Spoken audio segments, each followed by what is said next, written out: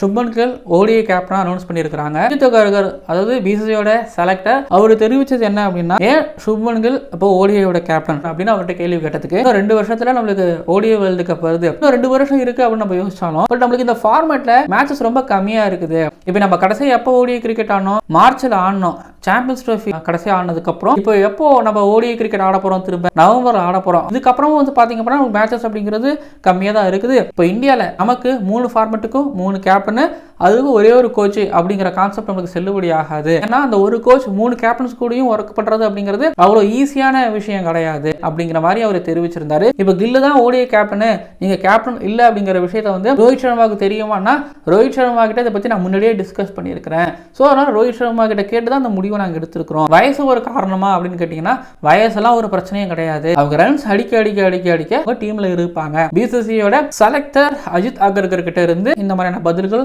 Champions trophy முடிஞ்ச உடனே இப்போ ரோஹித் சர்மா கிட்ட முன்னாடியே சொல்லிட்டோம் அப்படின்னு அகர்கர் சொன்னார்ல. ஸோ சாம்பியன்ஸ் ட்ரோஃபில சுப்மன் கில் வைஸ் கேப்டனா போட்டிருந்தாங்க.